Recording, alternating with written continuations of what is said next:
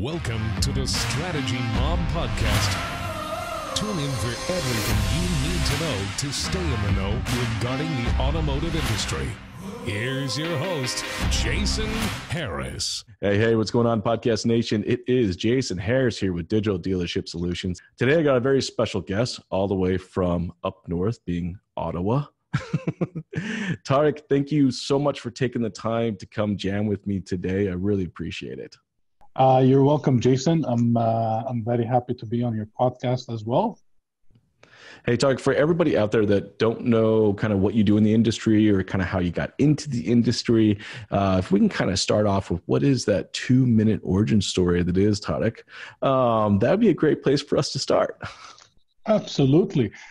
So the way I got into the industry, in my previous roles before going into the car business, I was in the mortgage industry. So what I did, I was in the financial institutions trying to help customers get approved for mortgages, all these things. And part of me liked challenges, and I wanted to try the finance manager side on the car industry. So that's what got me in. So first thing what I did is I got my feet wet as a car salesman in one of the Ford dealerships in Ottawa, just to understand how things work and how it gets rolling, the ball rolling in the automotive industry, because it's totally different, right? Mm-hmm. And from there, I got the experience on how to actually approach the clients, see what their needs are rather than wants, especially in purchasing a vehicle, and get into the finance side. I sat along with other experienced finance managers as well, just to understand how to speak to the clients and all these things. I was actually in one of the dealerships that I worked with in Ottawa. They had Simtac, so I got trained by Simtac as well. Nice. So menu selling was one of the biggest things that I loved, actually. And that's where I got the opportunity to be a finance manager. Now in my current role, what I do is we work on clients that have challenging credit, and they're looking to get approved to purchase a vehicle. And that's what we do. So we approach the clients on credit versus then approaching the clients on about the vehicle itself, right? And we had a chance to talk a little bit about that kind of before we started here. And I'm looking forward to actually putting out a fair amount of content this year about the non-prime, subprime, space, moving into this new year. The forecasting is pretty similar to 2019. There's going to be some dealerships and manufacturers that are going to be flat. There's going to be some that are going to be slightly down, and then there's going to be some that are slightly up. And it's not. I'm finding this year it's more about the year of efficiencies. Mm-hmm. So, it's efficiencies in our operations, it's efficiencies in our marketing, and looking at new opportunities to generate more gross profit than the past. The volume's going to be the volume. I think it's kind of the bottom line. So it's like, where are those opportunities? And I think a lot of those opportunities actually exist in that non-prime, subprime space. At least that's a lot of the dealerships I work with are asking me. That seems to be kind of a hot topic right now, which is one of the reasons I want to jam with you for a little bit.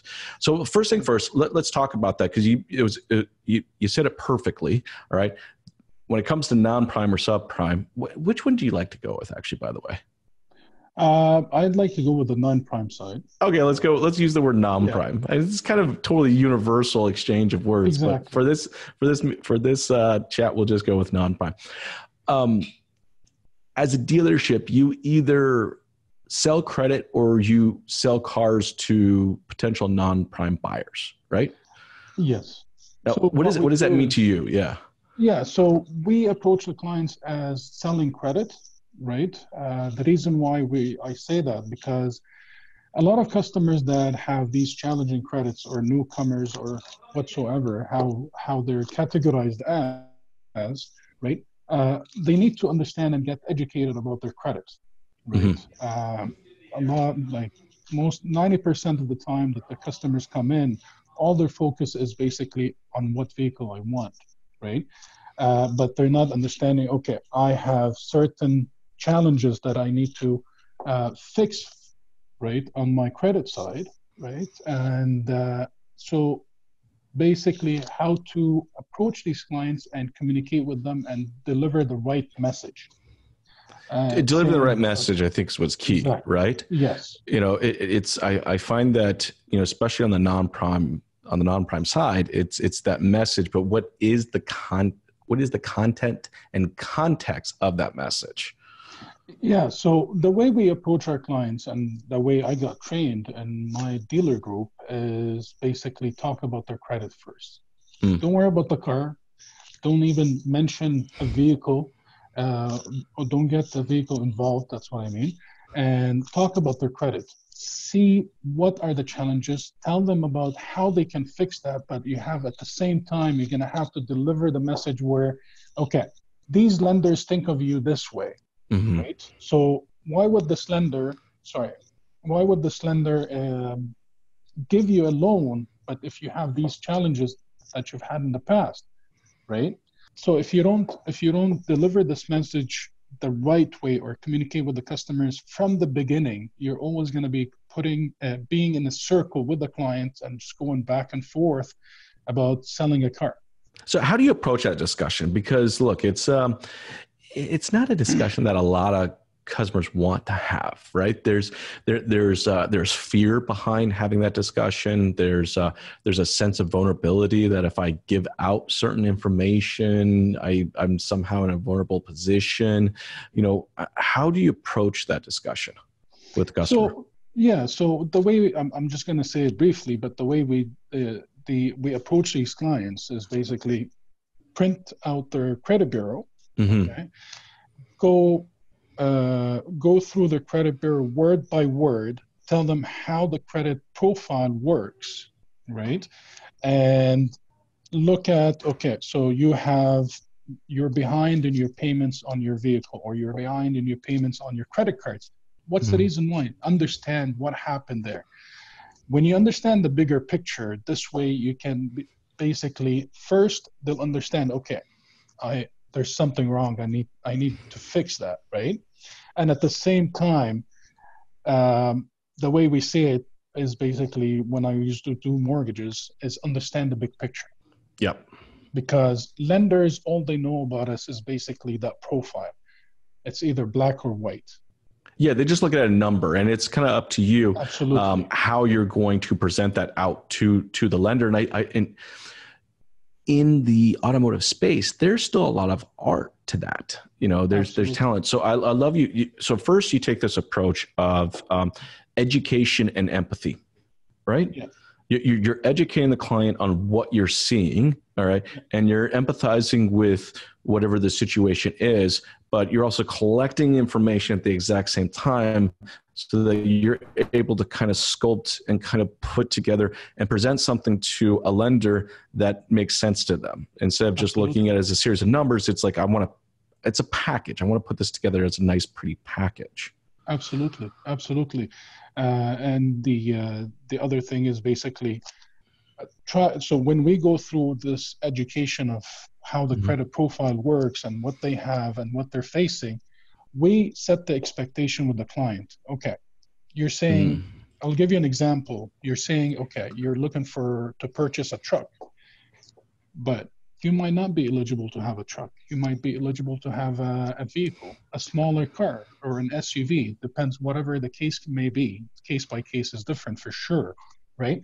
But you're setting that expectation from the get-go, right? Because when you're sitting with that client, the client has something in mind. He's coming in with something, right? Yep. And his expectation is totally different than what we're gonna tell him about or talk to him about it, right? So when you collect this information and you set this expectation and understand, okay, and understand what are their needs, because most clients come in, they say what they want, but they don't what they need. So we try to grab what they need exactly, put them in reality. That's one of the most important ones. Well, and I think that's super important, right? Like we do actually have to create realistic expectations here. I've seen, unfortunately, a fair amount of, let's say, non-prime departments or companies, especially in their marketing efforts, very much so create this non-realistic, all right, expectation. It's like, we can get you into a Mercedes S-Class. Just fill out the form. Like, yeah, probably not.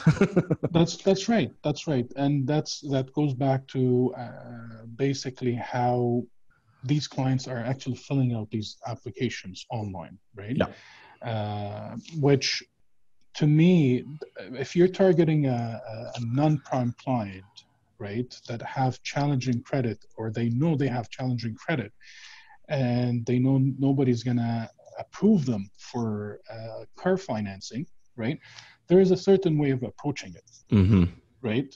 Most of the, the way we get our clients is basically through lead generations, right? So lead companies that we purchase leads from them, okay? And that's how we approach these clients, right? But most of these clients that fill out this application, their expectation is something else, right? Some clients, they have perfect credit, but they don't know about it, right? But that's a different wave that you can definitely approach, right? No, I like this. I like this process so far. I just want to recap for everyone who's listening or watching right now. It's this, education through really kind of walking down what their bureau actually says and what all these little pieces mean. There's a lot there, and I don't think the average consumer really knows what all this means and how it affects and both negatively and positively your credit score. And then through, more of a discovery phase, with executing empathy, you start to really kind of craft out how this happened, what happened, and then you get to this place where, you're able to really, connect with that person, on a one-to-one level and create realistic expectations. Absolutely. So I like this process. This is super clean. So, okay. So now I've created kind of these realistic expectations for them. Where do you kind of take it from there?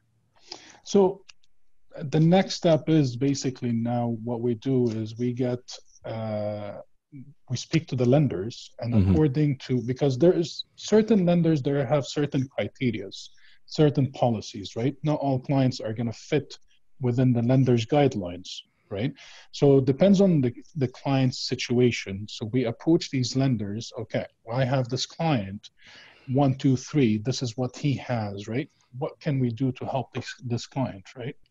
And okay, we do see there's certain challenges that the client had, and we understand why these challenges happened, right? We try to get these exceptions done through the lenders.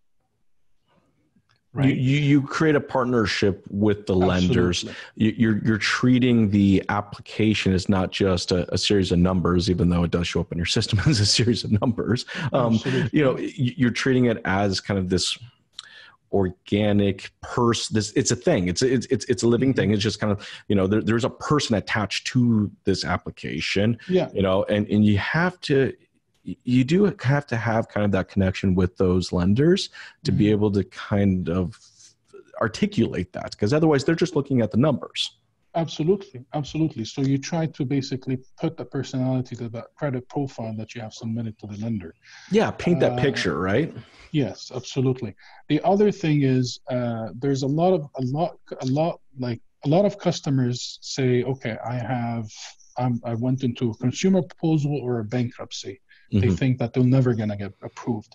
There's certain lenders out there that basically help clients get approved for vehicles, even if they did a consumer proposal or a bankruptcy. So we educate these clients on, yes, we can still get you an approval, right? And on pretty good rates, but let's look at the big picture of how much is your bankruptcy at, or how much you filed for a consumer proposal.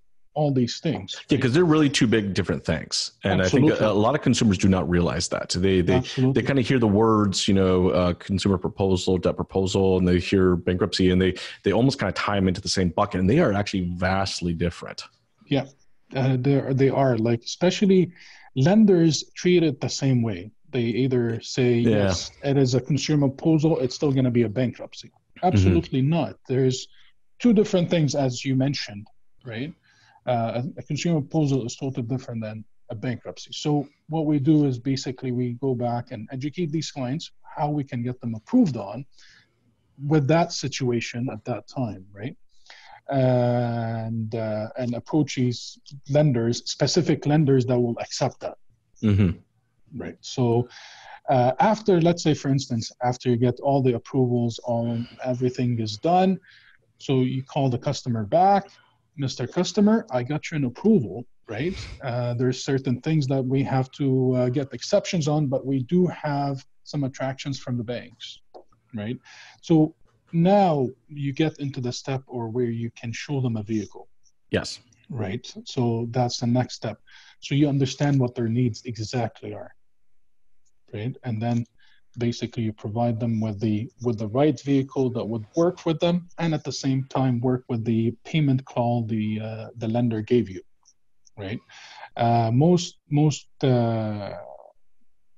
Some clients, they're looking for brand new vehicles, which it never works. Right. So usually doesn't necessarily meet the requirements that the lender has. Yeah, absolutely. So you try to provide. Actually, that's a good point, because I think a lot of people think when they think of non-prime, they're thinking that it's only used cars. I have done some non-prime new car deals, not a lot. But that's not necessarily because us as a dealership, we didn't want to do that, or as a provider, we didn't want to do that. It's really the requirements of the lender. We have to fit within those parameters. Absolutely, right? So because there's a certain payment call that you have to work with, and like even the amount of finance as well that you have to work with too, right? And this is how we approach our clients on educating them. Okay, this, according to what you told me, this would be the perfect car. So we start showing them a few vehicles, right? And take them for a test drive and let us know which one would be the best one, right? And then we work on the payment itself, right? What can you afford? What can you not afford, right?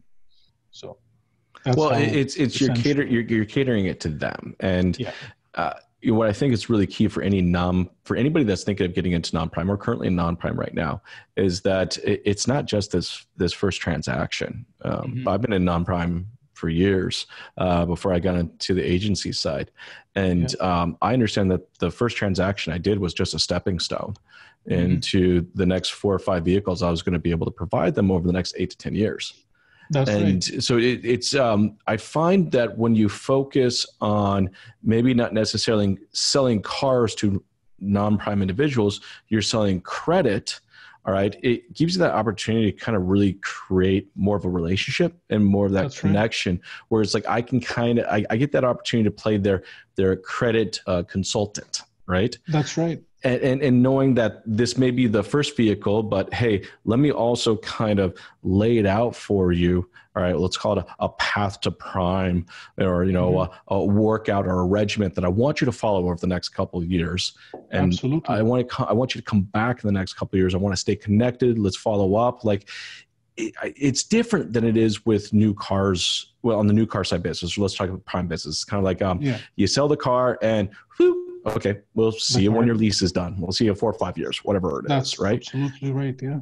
But it's more, really good non-prime departments spend an obscene amount of time of managing the relationship with them well beyond the purchase of the vehicle or the transactions done.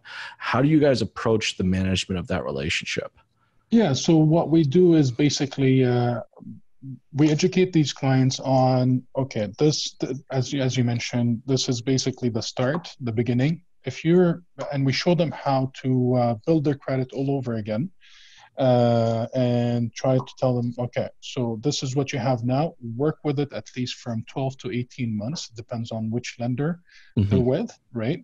And after that 18 months, as long as you're making your payments on time, you're never late, and you're in good condition, you're getting your credit profile better than what it is now, okay, we can switch you into another vehicle. And it's not only a switch, trading it into another vehicle, right? Newer, a bigger vehicle, whatever the case may be at that time. Getting closer to what maybe their goal and objective was in the first place. Closer and closer.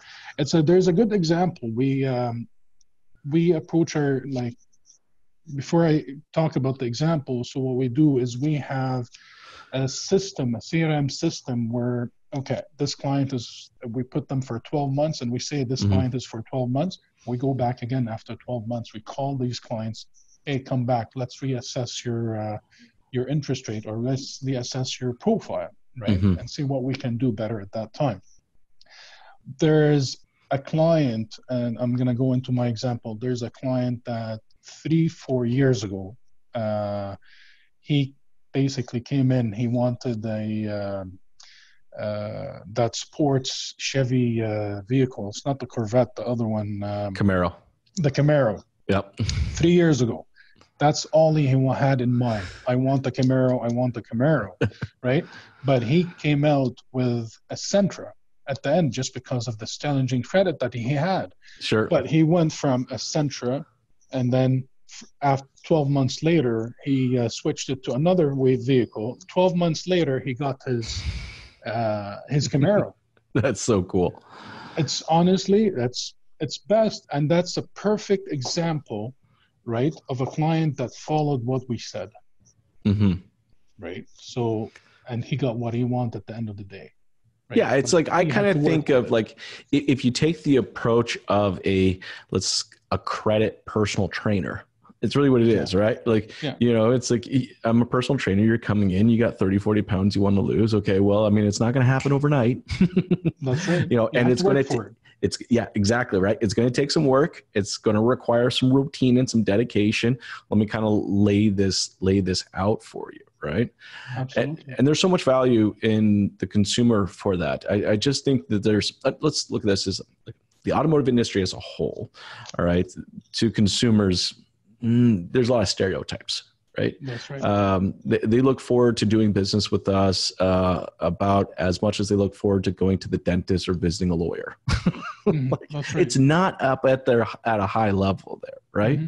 So, and even non-prime, probably even so much so. There's been a lot of people that have been in that space that have really created that stereotype for us. Yeah. But there are some real individuals out there that do care, that want to make those connections, right? That want to develop out that person's, credit situation and get them to kind of a path to prime and be that personal trainer. And I think anybody out there that's listening or watching right now, that's where you're kind of getting away from. That should be the takeaway here, right? Yeah. Like, make that commitment, do it for the customer, and you'll end up reaping the benefits. That's right. Absolutely. Now, the next thing I want to talk about, because this is another subject that comes up a lot when it comes to this, is that lead handle. Yeah. Right. We were talking a little bit about this off camera before we started, but everybody wants more leads, but let's face it, nobody's really handling these leads that well. And I'll take that back. There is a small percentage of people that are, and you can totally tell when they are, and they're reaping the benefits of that. But there's just this large percentage of businesses and dealerships that are just not handling these leads appropriately. They, and then I kind of wonder, like, okay, well, where's the stereotype coming from? Well, there you go, right? Like, we're not taking the time, we're not nourishing these leads, we're not working these leads. I'm curious from your perspective, all right? You guys are buying a lot of leads, right? It's a huge investment because they're not cheap. Absolutely. Right? Absolutely, yeah. What does it look like for you guys to nurture these leads, to respond to these leads? What is that commitment for you? It looks like for you guys? For us, is basically first, the leads is it's a big thing for sure, right? So you have to the way to approach these leads is not only about making calls anymore, right? And myself, I fall into that category too. All we do is just keep calling the client, right? What we have to do is basically try different approaches in approaching, like calling these clients or reaching out to these clients. Trying to connect. Try to connect, right? Yep. Either by email, either by a text message, things that will help you speak to this client, right? Leads nowadays, there's too many lead providers, lead companies, right? I agree. So and that customer is actually like applying on not only on Canada Drives or Car Loans Canada or whatsoever. Oh, they could do it on 6 or 7 different sites, and there's 6 different. It's not sites. Their fault. Like, we can't be upset with them. Absolutely. I mean, they're trying to do what they're trying to do. They're playing the numbers game, which is totally fine. They're trying to find someone, to get them approved. Absolutely, that's right. So what you have to do is basically educate these clients a little bit over the phone, because they don't know what they're going into. Yes. Right? First thing they do is basically, and that's what we learn, is basically just try to get the customer in. It's not only about getting the customer in. That customer needs to be educated a little bit, right? Well, you got to create that person-to-person connection. Absolutely. Especially when it comes to credit. Cars is one thing, but like we were talking a little earlier, credit is this, for a lot of people, it's this space. It's a vulnerable space, Yeah. Yeah. And, it's not something that, I openly want to talk about. It feels very close to the chest, So I think it's super important that, to your point, that when we are responding to these leads, that our first goal and objective is to connect and just start a conversation. Yeah, start a conversation. And most of us is basically just want to get these leads on, work it, right? I don't want to lose, right? But we still do the same mistakes, right? So what we have to do is basically take our time, work these leads, connect with these customers, right? Educate them a little bit. This way they can feel comfortable and they can come in. Because there's 1,000 other dealerships across the city where I am, for sure, and they're still working the same thing, right? So what difference does it make from you or that other dealership that got that same lead, right? So exactly.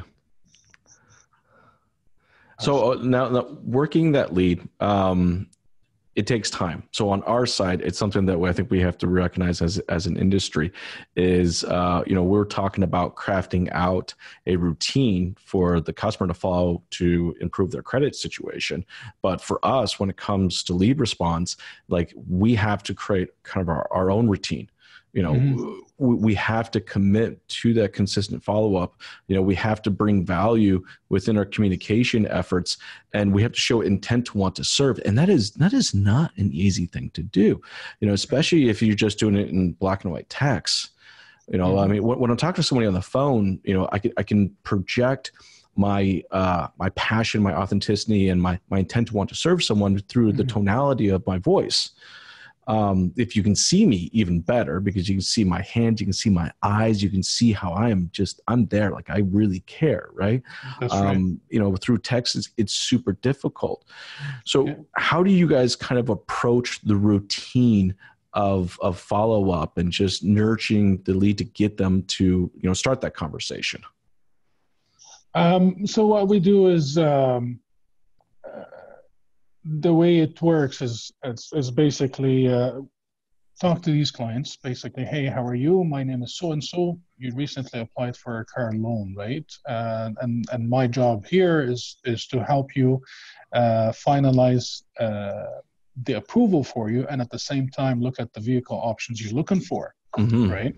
And we try to basically tell us more. What are you looking for? What are you comfortable? You're empathizing with them. So look, I think out of the gate, when you first talk to them, and that is the best. That's the best opportunity, is to talk, because if you're ever going to try to express empathy or intent to serve, it's going to be really tough in a black and white, just email back and forth.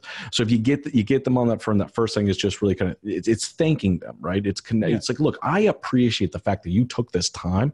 Let's acknowledge the fact. Filling out those forms online, it's not a 30-second process. No. It takes some considerable time. So thanking them, showing them, appreciation for that time that they spent into it, right? And now thanking them again for that opportunity that I now have that opportunity. Thank you for giving me that opportunity to have this conversation with you. Yeah. There we go. Now we're kind of connected in that sense.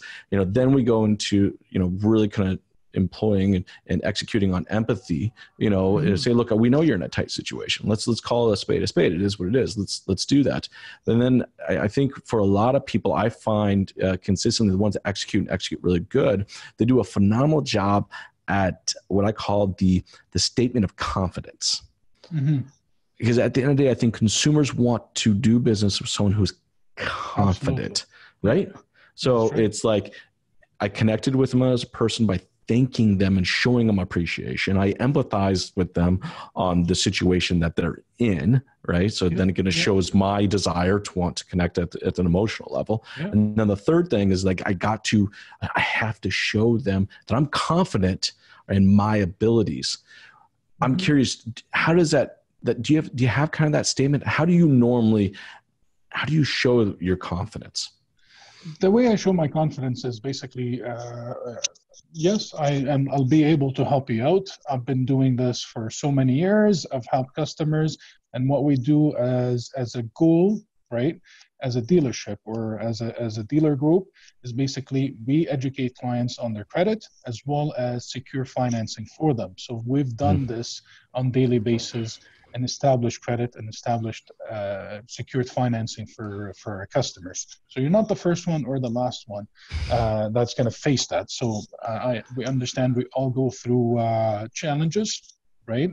And this is how we do. So also and at the same time is basically, Mr. Customer, what I'm going to do, let's set up an appointment. Let's look at your options together, right? See what are the lenders are willing to give you, and let's go from there, right? If it makes sense, makes sense. If it doesn't, then it's not going to make sense. Everybody goes apart, right? What we do in the background, because we already verify their information that they've entered, all these things, we understand what they're looking for, right? Then we also approach the lenders to understand, hey, the customer's coming in, we don't want to waste their time. Yep. Right? So let's get the legwork basically moving, the ball rolling before the customer comes in. This way you understand what you're going to be approaching the customer when they come in. Preparation.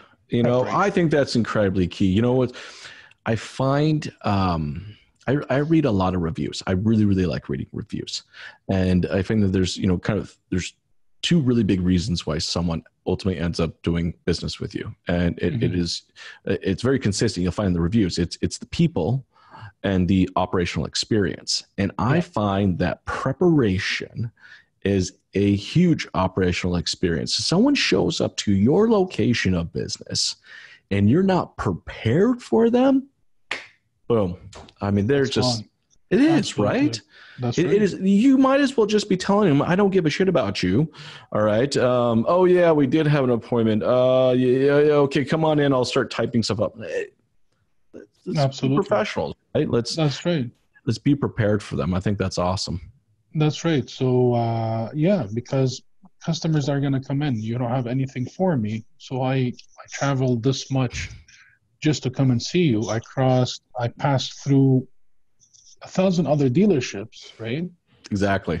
So, and I came to you, right? So they have to be prepared for sure.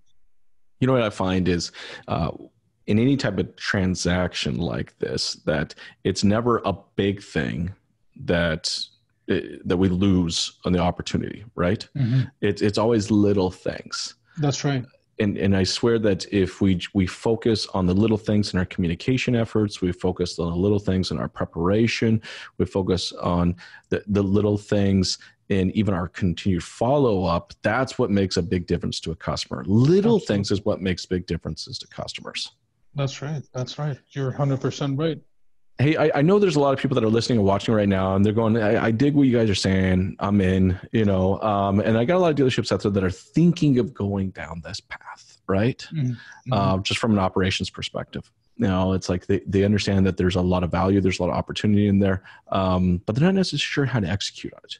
What would be maybe a couple ideas or a couple pieces of advice that you would give to another dealership that's thinking about heading down this direction?